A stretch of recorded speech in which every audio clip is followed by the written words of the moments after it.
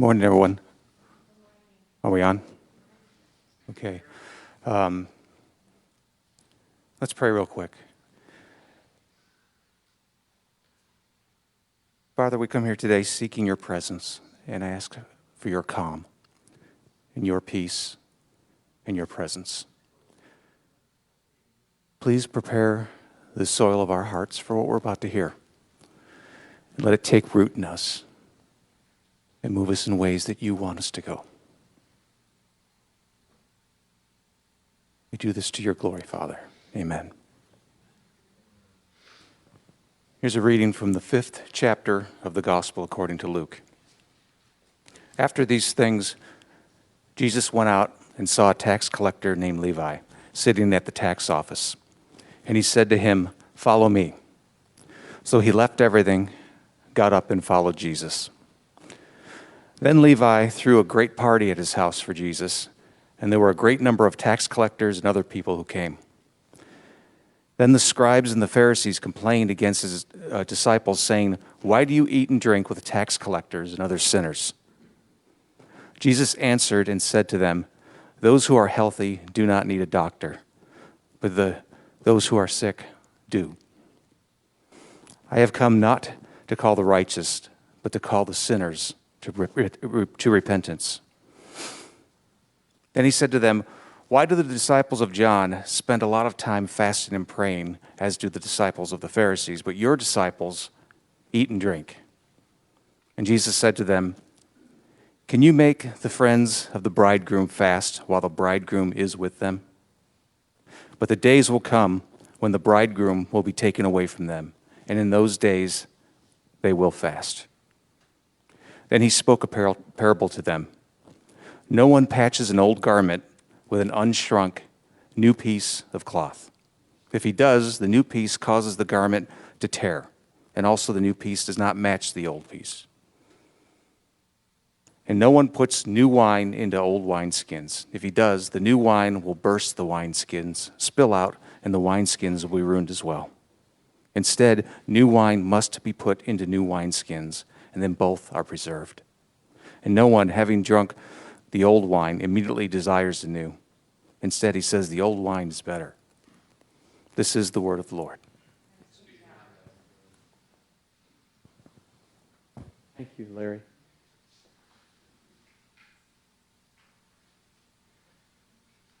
So, we're not really sure who this guy Levi is, this tax collector.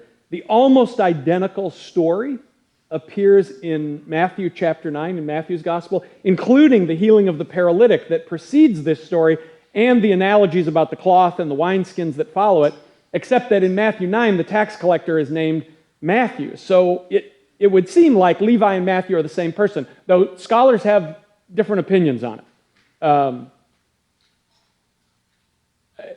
If Levi is the tax collector, that's the same as Matthew, the tax collector, then, is he the Matthew that wrote the Gospel of Matthew? Nobody's 100% sure of these things. If they are the same person, then Levi would be his Hebrew name, and Matthew would be a Christian name, a Greek name, perhaps even, Jesus sometimes changed people's names. God across the Bible has changed people's names a lot. It might be that Levi's name was changed somehow in the course of his spiritual journey to Matthew. Personally, I think it's the same guy. That Levi is Matthew, and that Luke as a Gentile is, because remember, Luke's the only Gentile writer of the New Testament, that Luke is maybe using Levi's Hebrew name for a specific reason. Because Luke is writing toward the end of the first century. The Gospels were the last part of the New Testament written. He's writing toward the end of the first century. And toward the end of the first century, almost the entire church is Gentile. There are very few Jews left in the church. Church starts out all Jewish. Jesus is Jewish. First disciples are all Jewish. But toward the end of the first century, the church is almost entirely Gentile. And Luke may be saying to us, it's not about Christianity being a Gentile thing, because by the time Luke writes, Christianity is mostly a Gentile thing.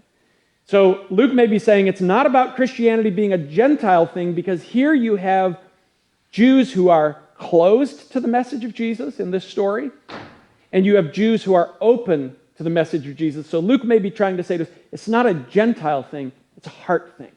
It's an openness thing. So Levi, he's apparently excited at having encountered Jesus. One of the things that always frustrates me in the Gospels, can you say that you're frustrated with the Bible, is that a lot of times we just aren't, it's like the story of Zacchaeus, who was also a tax collector, right? Jesus sees this guy up in a tree, and he says, hey, I'm having lunch at your house. And they go to Zacchaeus' house for lunch, and the next thing, Zacchaeus is giving away half his money to the poor, and he's paying back everybody 4 times over that he's ripped off as a tax collector. And you're reading the story, and you're going, but what happened? We don't get any of the conversation between Jesus and Zacchaeus. We don't get any conversation between Jesus and Levi. So we're like, what in the world happened? But Levi's pretty excited. He says, I'm throwing you a party. Throws this big party, invites all his tax collector buddies and all kinds of other people, and they all come, and everyone's having a good time. By the way, the big deal about being a tax collector was that Israel was a country under Roman occupation. So these guys worked for Herod. These tax collectors worked for Herod, collecting taxes from their fellow Jews that they were turning over to a Gentile empire. And while Herod came from a family that had converted to Judaism a long time ago, although he was not, as you find out later in the Gospels, not really a religious or spiritual guy, but although he came from a family that had some connection to Judaism, he was actually Arab in descent. So guys like Levi were viewed by their fellow Jews as guys working for an imposter to bilk money out of their fellow Jews to turn over to the Romans. And on top of that, they deeply resented the fact that Herod had given himself the title, the King of the Jews, like salt in an open wound. I share all that because it helps us to understand the disdain of the scribes and the Pharisees for guys like Levi. And here you have all the tax collectors and all their friends together with Jesus. And because Jesus is making a pretty big splash, and he's healing people, and he's teaching different things about God and life than what people were used to hearing, these Jewish religious leaders, they're kind of following Jesus around. That's what we see in the Gospels, kind of keeping tabs on him, sometimes maybe looking for ammunition against him. So here's this party at Levi's house, and these guys, these scribes and Pharisees, they seem like they're kind of hanging around, watching the party, watching what's going on. And wealthier homes in those times were built where you would have the house, then you would have a big courtyard, and then in the middle of the courtyard you would have like a dining room, like we might say today a gazebo, or I have a screen house in my backyard. If you've never been in my screen house, you should be. And so it's kind of like an indoor-outdoor party, and so it's easy to hang around an indoor-outdoor party, right? If you're having a party outside of your house, your neighbors can just kind of, come over, hey, what's going on? You're having a party, because you're not inside, behind closed doors. So that's probably this kind of party, and so the scribes and Pharisees, they're just kind of drifting into the courtyard, and they're checking things out. And, I picture one of Levi's tax collector buddies leaning over to him and saying, did you invite these guys? And Levi's like, I didn't invite these guys. But they're also the power brokers, right? They're the religious power brokers. So you don't go to the gate into the courtyard and say to the scribes and Pharisees, oh, I'm sorry, you're not welcome here. So after the scribes and the Pharisees, after they observed the scene, Luke says that Luke's phrase is, they complained against the disciples, asking them, why do you eat with tax collectors and sinners? And the poor disciples, this is early on in Jesus' ministry, right? Jesus is like, they're enamored with Jesus. Different things happened with different ones of these guys that made them say, I think I want to be the disciple of Jesus. And so they're following Jesus around, and Jesus has been healing and teaching and doing this stuff, and they're like, wow, this is pretty amazing, But they haven't been with Jesus very long. So, they're kind of new to all of this. And so now the religious experts, the Pharisees, the scribes, they're suggesting to the disciples that eating with these tax collectors and sinners is somehow against God, against the Jewish law. Why do you do this? It's wrong. It's a religious argument. The disciples, most of them weren't actually terribly religious guys.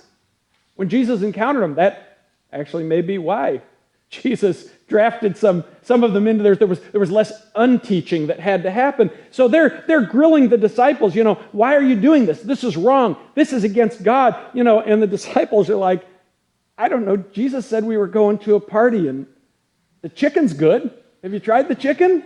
Like they're being dragged into an argument with the guys that are like the highest, religious arguers in the land. And these guys are, they're like fishermen, and Jesus apparently notices this thing that's going on. He looks over and here's this table with the disciples, right? And the scribes and the Pharisees are now kind of gathered around them, kind of clustered around them. And there's this conversation going on. And so they're going after the disciples. But Jesus is the one who answers. And Jesus says to them, you want to know why we're eating with these folks? We're eating with these folks because sick people need a doctor, not healthy people. I didn't come to call the righteous. You guys think you're the righteous, I know, but I didn't come to call the righteous. I came to call sinners to repentance. I think it's really interesting that for the Pharisees, and religious people still do this, for the Pharisees, people's sinfulness and imperfection is cause for disdain. It's a reason to shun them. But for Jesus, it's a cause for compassion and a reason to move toward them, to have friendship with them. For Jesus, asking why he is with sinners is like walking into a hospital, finding a doctor, and saying, what are you doing here? This place is full of sick people. Doctor's like, yes, that's why I'm here. It's amazing to me. Two completely opposite perspectives. I think Jesus is looking at the Pharisees. He's trying to say to them with this talk about physicians and doctors and healing. He's trying to say, you guys might have this thing bass-ackwards. You might be looking at it the wrong way. You're looking at it as how to judge people and write them off. I'm looking at it from the question of what people need. And they don't really have an answer for Jesus' thing about, hey, it's the healthy who need right? It's the healthy who need the doctor, or it's the sick who need the doctor, not the healthy. And so they try a different observation, which basically goes like this. They say, well, listen, most religious people, you heard Larry read this, John the Baptist's disciples, the disciples of the Pharisees, the things they make a big deal out of in their faith are long periods of prayer and continual fasting, the good and holy and somber elements of true religious faith. But your disciples seem more interested in parties.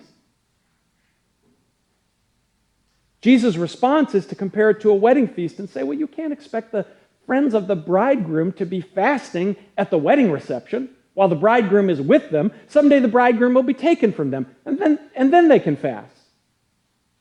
And then we come to the analogies. Luke says that Jesus looked at them and he told them these parables. No one patches an old garment with a new scrap of cloth, unshrunk cloth, because when it shrinks, it will tear the garment. And no one puts new wine into old wineskins because it will burst the skin and you'll lose the wine. Now, these two analogies have the same point. So for the rest of my sermon, I'm just going to focus on the wine and the wineskins. In ancient times, after you stomped out the grapes, which is what they did. You ever seen that, like in a movie or a documentary? I think it's awesome. Every time I see that, I think, I'd like to do that. Just get, barefoot and just, that just sounds gross to somebody. I just think that'd be so fun. Just stomp the grapes and make the juice flow. After you stomped out the grapes, you would let them sit in that big vat for the first few days of fermentation, because the first few days is when they give off, as they begin to ferment, they give off the most gas.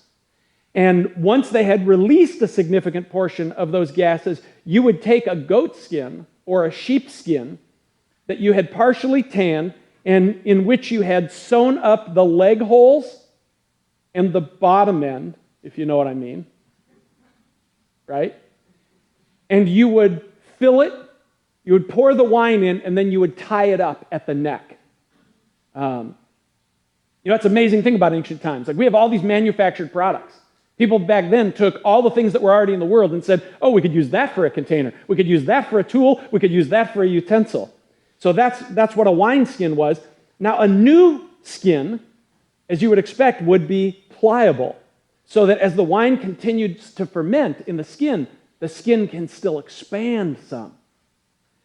But if you used an old skin that had become brittle, as the wine continued to ferment, it would split the skin. And then, as Jesus says, then the skin is split and the wine pours out, and it's ruined. And everybody knew this. Everybody knew this is how they did it back then. Because they hadn't invented 750 milliliter bottles yet. Now, the common interpretation of Jesus' wineskin parable is that the old wine is kind of this old Jewish thinking, and the new wine is the more Christian thinking, the more Jesus-y thinking. And that's sort of true. You could sort of say it that way. But there's another interpretation also, and the other interpretation is sort of a reaction to that first interpretation. I don't know if you know what Messianic Jews are. Those are people today who are Jewish but who believe in Jesus. So they're sometimes called Messianic Jews or Christian Jews.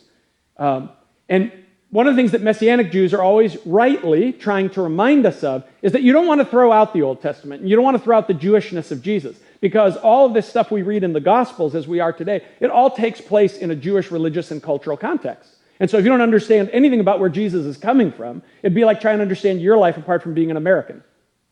That would be difficult.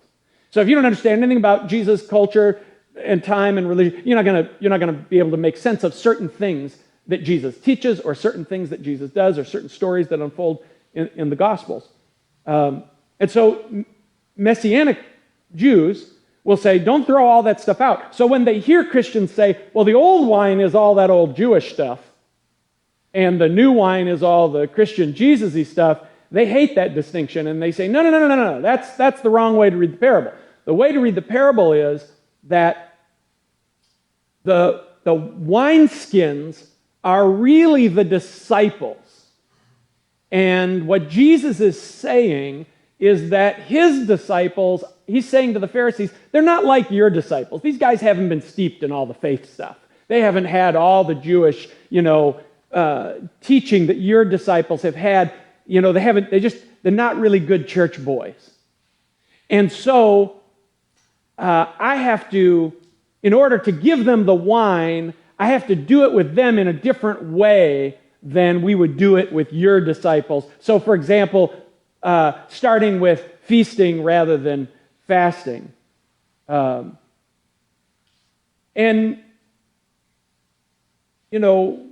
with all due respect to our Messianic brethren, that interpretation just contorts the passage and takes away from the story that takes us away from the story that Luke is obviously telling. And the story Luke is telling is about how Jesus just keeps smashing paradigms. He keeps smashing paradigms of how all these people, especially the religious people, think that you're supposed to think about God and about faith and about what it looks like to believe the right way and live the right way. Luke sets this story about Levi's party and Jesus talking about the new wine and the wineskins right in the middle of all these stories about Jesus. If you read what comes before this and what comes after it in Luke's gospel, he sets it right in the middle of all these stories about Jesus compassionately healing people, about Jesus touching lepers who were considered ritually unclean. And if you touched a leper, you became unclean before. Jesus walking around, he's touching lepers, kind of like the untouchables of India, if you're familiar with that concept in the nation of India. He's healing on the Sabbath, which the Pharisees, the religious people, considered a breaking of the law. He's healing on the Sabbath, and he's defending it. And he's teaching the crowds that all the stuff in Leviticus about an eye for an eye and a tooth for a tooth, he says, no, that's wrong. I'm telling you, love is the deal, and you should love your enemies. This is what Luke tells us Jesus is doing and teaching. He's doing all these things that all the religious people are saying, this goes against our religion, this is not the way God is, this is not the way you're supposed to do it, this is not how you live as a person of God. Luke says this is what Jesus is doing and teaching. And the scribes and the Pharisees are appalled, and the question they're really asking is this: why don't you live and teach our religion the way we do? You have to remember, Jesus is not a Christian, right? There's no such thing yet. He's a Jew. And he's talking about God, and they believe in God, and they have the same book, and they're saying, why do you not teach and live our religion the way that we do? We don't understand. And Jesus' answer is, because the wine I'm serving is different, and it cannot be held in the skin of the way that you think about God and people. My way is different, and so it requires a different skin. The life and relationships in which the wine is held and served are going to be different. They're going to look different, like this party, for example, right? They're at a party. Like this party, for example. This party is a different kind of wineskin. And what we're serving here is a different kind of wine. You see, what the scribes and Pharisees are doing, by the way, do you know what a scribe is? Jewish religion was based on God revealing his law to Moses. Well, first his relationship with Abraham, but ultimately his revelation of the law, beginning with the Ten Commandments and with a lot more laws, 613 or something of them, that were revealed, to Moses and the prophets. And so the whole idea with Jewish religion in that time was that the pinnacle expression of a life of faith is to keep the law. Scribes, who interprets the law? You might say, well, judges. What are judges before they're judges? They're all what? Lawyers. Scribes are lawyers. And so, imagine a faith run by lawyers. Penny, you're still going to love me, aren't you? Penny's a lawyer. But imagine that. Like, can you imagine if somebody came in here, somebody we weren't too sure about, and they made moves toward coming to communion, and we said, let's get the lawyers together. Do you think this is okay, that this person can do this? We got to have a little consult here on this thing. And so what the scribes and the Pharisees are doing is this. They are 100% sure through their understanding of Torah, the scriptures, through their understanding of the traditions and the commentary that have been written across the centuries on the law, they are 100% sure that their understanding of God and how to live is 100% right. They're sure of that. And then Jesus comes along. And he's calling God Father, and let's face it, he's doing some pretty incredible stuff, and a lot of people are noticing it, and he's moving beyond being a minor player. Jesus is making a big enough splash, they're starting to have to reckon with Jesus. In fact, later in the Gospels, there's this crazy line where they're so frustrated. They haven't been able to arrest Jesus. They haven't been able to gather enough evidence to put him on trial yet. And in frustration, the Pharisees say, the whole world has gone after him. Like Jesus is getting noticed. So what they're doing is, because they're having to reckon with Jesus, is they're taking their 100% certain understanding of God, faith, and life, which is their wineskin, and they are trying to figure out how what Jesus is doing and teaching fits inside that old wineskin. Religious people are notorious. And understand, I'm putting a lot of my own Fran Lehman history in this category, okay? Religious people are notorious for being sure they have everything figured out and being unable to even comprehend that the wine might be different than they thought. And that therefore, the expression of that wine, the heart, the life, the relationships, the wineskin that holds that wine might also be very different.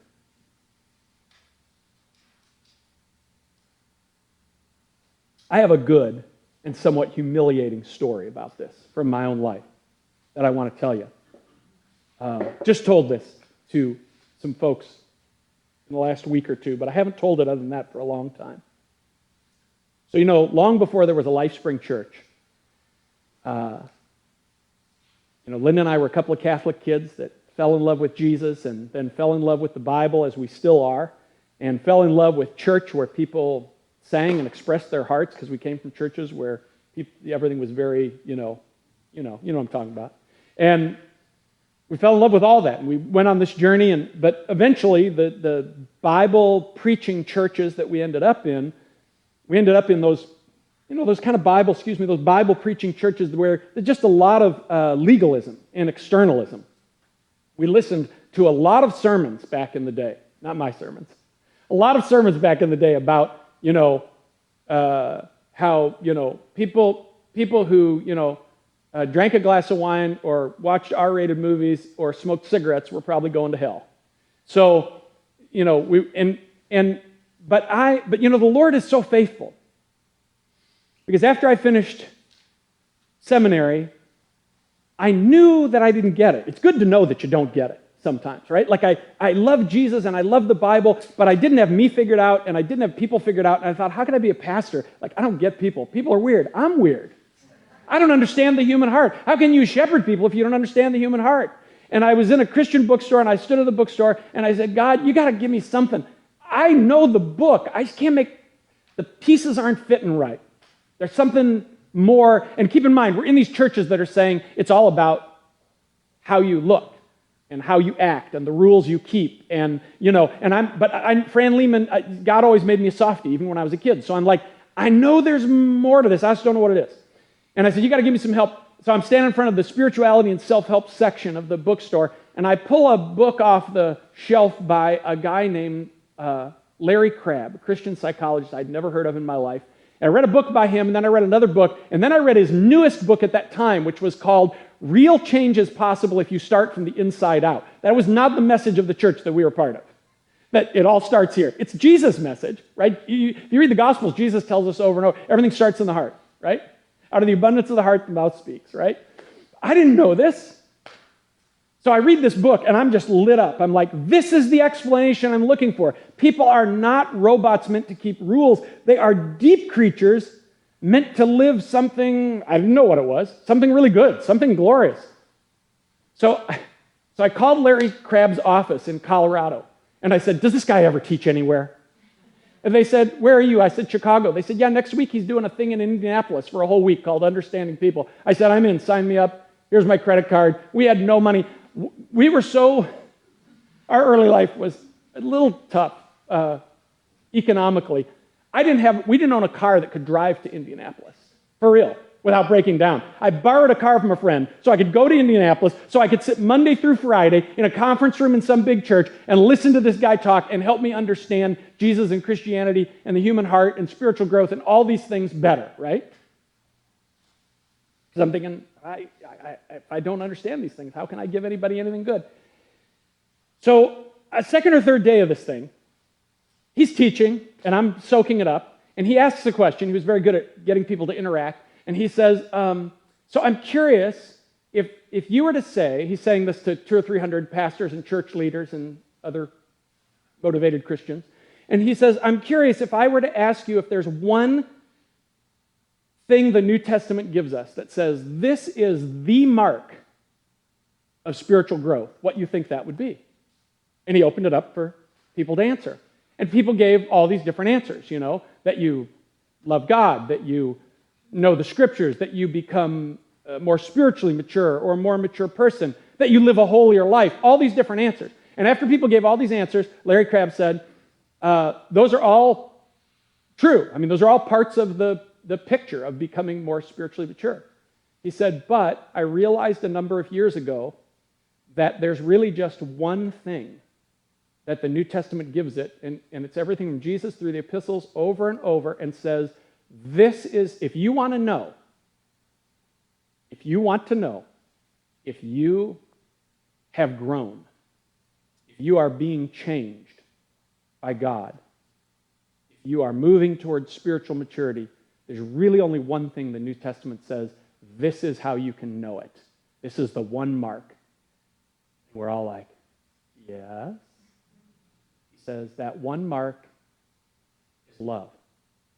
Then he said this, by which I mean your capacity to offer other human beings a better quality of relationship than you previously were able to offer. It's love. And I sat there, as God is my witness. Now think wineskins, right? I had an old wineskin I'd been carrying around for a long time that I'd been brought into. And when he said, it's love, I sat there and I said, that can't be right. Truly, I said, that can't be right. No, listen, I know all kind of stuff about being a Christian, and I've been reading the Bible for a long time. That definitely can't be right. But it bothered me. And I went back to my hotel room, and I stayed up all night, and I read the New Testament. The whole thing. And never went to bed. And by the time I showed up at class the next morning, I was thoroughly dejected and depressed. Because I was like, oh my God, he's right. Right? What does Jesus say? This is how they'll know you're my disciples. You have love one for another. What does Paul say? If I give away all my money, if I allow my body to be burned as a martyr, if I have faith that can move mountains, but I don't love, I have nothing, I am nothing. And then here's the creme de la creme, what do they say, the pièce de la résistance. John says, this is how we know we've passed from death to life. We love our brothers and our sisters. And this is what I thought. I've been a Christian a long time. And I missed it. I was sure of my wine and my wineskin. And that's what we so often do as religious people. We're so sure. In truth, I would say that Jesus has asked me to trade in my old wineskins 3 times in my life. The first one was when I was 15 years old, and I thought my life was over. I had no hope. I was hopeless. And Jesus came to me and said, I got a new kind of life, a new kind of wine for you. But you're going to have to trade in a bunch of what you got.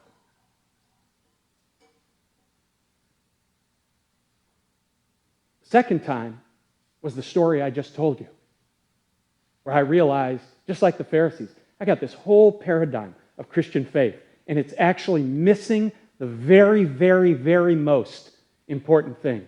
And I realized that I had a choice in that moment. I could go back to the church I was in and back to the wineskin that I was in and that I'd been dragging around for all those years, or I could say, okay,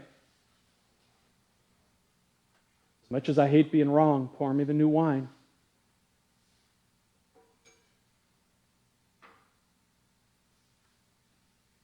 And the third time is right now, in this season of my life. Because I see that as Christians, we've fallen into marrying our faith to temporal politics.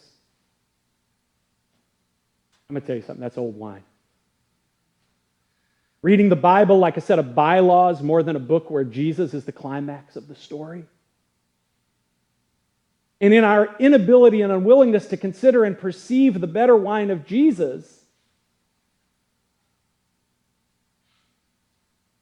our wineskin, like the Pharisees, imagine that, us like the Pharisees, is too often a wineskin of judgment and disdain for those who bear the image of God.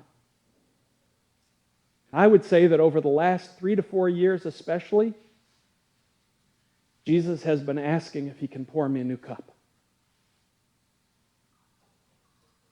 And it's big. And it blasts a lot. I know you're worried I'm going to overflow. And it blasts a lot of what I thought. It splits a lot of my old wineskins. Because as far as I have come since I was 15 and came to Jesus, as far as I have come since I traded in legalism for love, I still have some old wine. You see, as a Christian, as a person, you'll never grow past your need to wonder about the wine of Jesus and about the wineskin, which is your heart and life and your perspectives that you carry that wine around in. You'll never grow past the ability to wonder about these things. You'll never grow past the need to wonder about these things. You'll never come to a place where you no longer need to ask Jesus, hey, Jesus, is there any more new wine that I'm not seeing? And whenever you do that, if you're brave enough, this is Jesus' response. Funny you should ask. Because I've been waiting to talk to you about this. The idea that you have the Christian faith all figured out, that you're not willing to question any of your thinking or your assumptions or the lenses that have been handed to you, that's going to kill you. It's going to stall out your spiritual journey, and it's going to dry up your spiritual journey. Because what you're saying is, I already found all the new wine there is to find. Jesus talking about the wineskins makes me think of the story of Jesus at the wedding feast in Cana in John chapter 2. Do you remember that story? You remember they're running out of wine at the wedding, and you know, there's these 6 30-gallon pots that they put water in for ceremonial purposes. And, you know, and Mary comes to Jesus and says, you know, do a thing. Right? And Jesus is like, put me on the spot to do a thing. You know, that whole dialogue, I can't even try to interpret that dialogue. That's the weirdest conversation of the whole New Testament.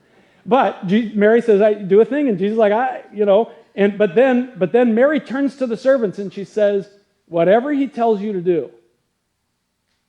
do it.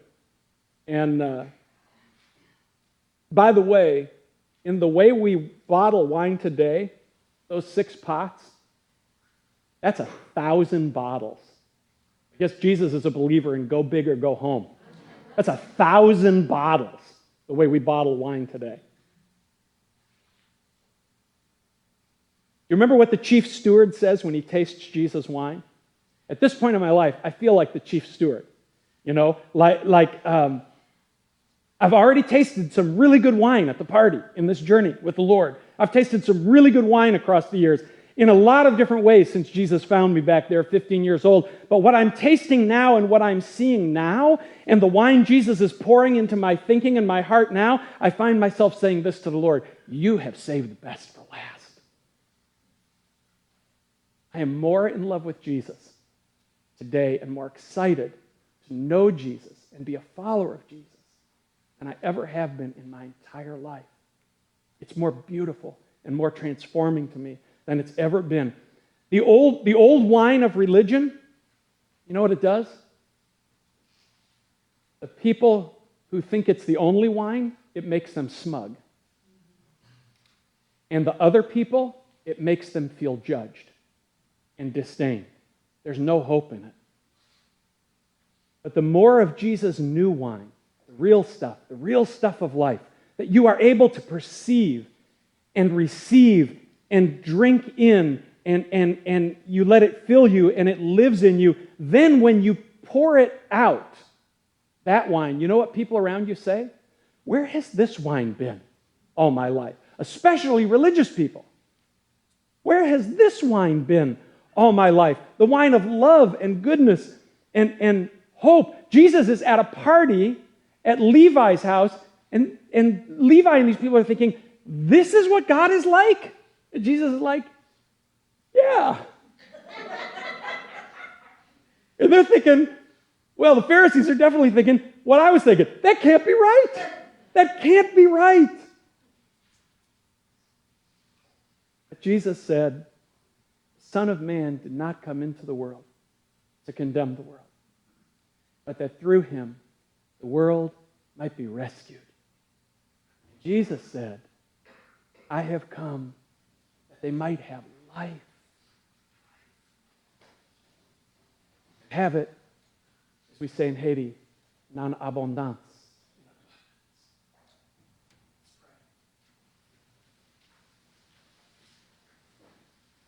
Boy, Lord, sometimes I get to the end of these sermons and I don't know what to pray, but I know what to pray today.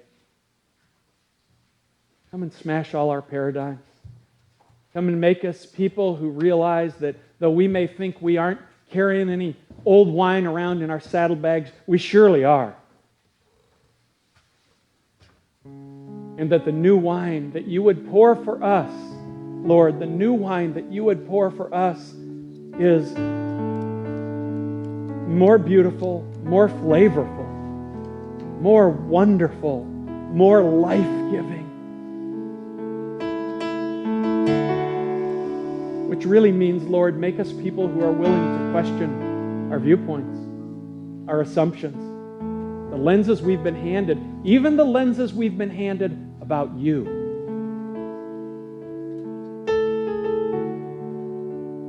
Pour this wine for us, Lord, that we might know you and the life that you bring.